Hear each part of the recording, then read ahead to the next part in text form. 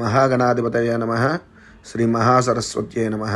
భవమంత్ర ఛానల్లో భైరవ మంత్రానుష్ఠానం ద్వారా శుభ ఫలితాలను కోరికలను తీర్చుకునేటువంటి పెద్ద విధానాన్ని తెలుసుకున్నాం.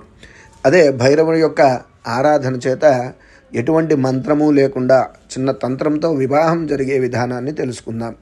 ఎవరికైతే వివాహం కావాలో వారు బియ్యపు పిండితో కానీ గోధుమ పిండితో కానీ 108 ప్రమిదలు చేసి అందులో ఒత్తులు వేసి ఆవు నెయ్యితో దీపాన్ని వెలిగించాలి. ఆ దీపాలను వెలిగించి భైరవుడికి హారతి ఇస్తూ ఉంటే కనుక నిత్యము వారికి వివాహం జరుగుతుంది. వివాహంలో ఉండేటువంటి ఆటంకాలు ప్రతిబంధకాలు కూడా తొలగుతాయి. అలాగే ఇంట్లో ఎవరికైనా శుభం కావాలి అని కోరుకునేవారు ఉంటే కనుక ఇలాగే పిండితో దీపారాధన చేసి 4 దిక్కులా 4 ఒత్తులు వేసి భైరవుణ్ణి మాకు వచ్చేటువంటి కష్టములన్నీ కూడా తొలగించమని ప్రార్థిస్తే కనుక అటువంటి కష్టములు కూడా తొలగుతాయి.